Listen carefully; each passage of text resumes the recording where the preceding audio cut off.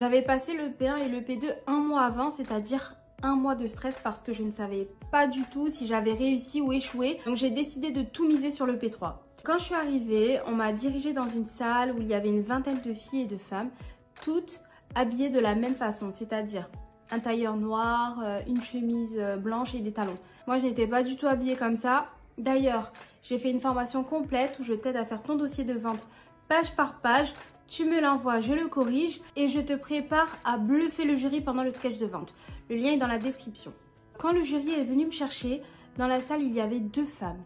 Une table avec tous les produits cosmétiques, une dizaine de crèmes, mascara, parfum, rouge à lèvres. Il y avait une autre table avec une caisse, un planning et des doses d'essai. J'ai pris le temps de bien visualiser la pièce, de prendre possession des lieux pour me sentir comme chez moi dans mon institut. Et là, tu dis au jury que tu es prête.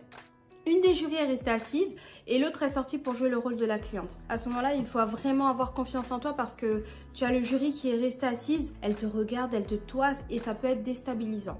Donc dès qu'elle rentre dans la pièce, je commence le jeu d'acteur. Bonjour madame, bienvenue, en quoi puis-je vous renseigner? Et tu enchaînes les 8 étapes du sketch de vente. Un conseil, quand tu proposes le produit, n'oublie pas les principes actifs. Moi j'ai oublié mais c'était drôle parce que je me suis rattrapée dans la vente additionnelle et ça s'est ressenti. Après l'encaissement et le départ de la cliente, on enchaîne sur le dossier de vente. Les filles, votre dossier doit vous ressembler, vous devez prendre plaisir à le faire, c'est important. J'ai fait mon stage dans un super endroit et j'ai donné envie au jury de se faire chouchouter dans mon institut. Mon dossier faisait 7 pages, j'ai tout misé. Le truc qui peut te déstabiliser, c'est les objections du jury.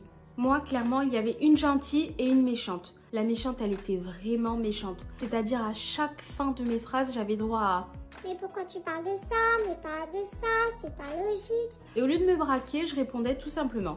Par exemple, mon institut, c'était un bar à ongles, mais j'ai choisi de décrire la salle de maquillage et la salle d'attente. C'est mon institut, je fais ce que je veux. Et elle m'a dit « Mais pourquoi tu parles pas du bar à ongles? C'est là qu'il y a le plus de chiffre d'affaires. » Je lui ai répondu que l'institut utilise le maquillage de la marque Zao, qui est une marque éco-responsable qui est en accord avec mes valeurs. Il faut toujours sourire et répondre aux objections. Quand j'attendais dans la salle, il y avait une fille qui est sortie très énervée parce que le jury lui a fait des remarques sur sa tenue et son attitude. Elle portait un croc-top, une veste en jean et elle avait des longs ongles vert fluo, très mignonne.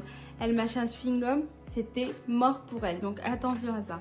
Après la présentation du dossier, le jury te pose des questions sur la vente, à peu près 2-3 questions. Moi, il y avait une question où je n'avais pas la réponse, mais je la connaissais. C'était sur la marge. Et au lieu de dire « je ne sais pas », j'ai dit « je connais la réponse, je l'ai sur le bout de la langue, mais je ne préfère ne pas vous dire de bêtises ».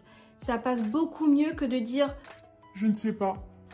Tu souris, tu réponds à toutes les objections, tu continues jusqu'au bout.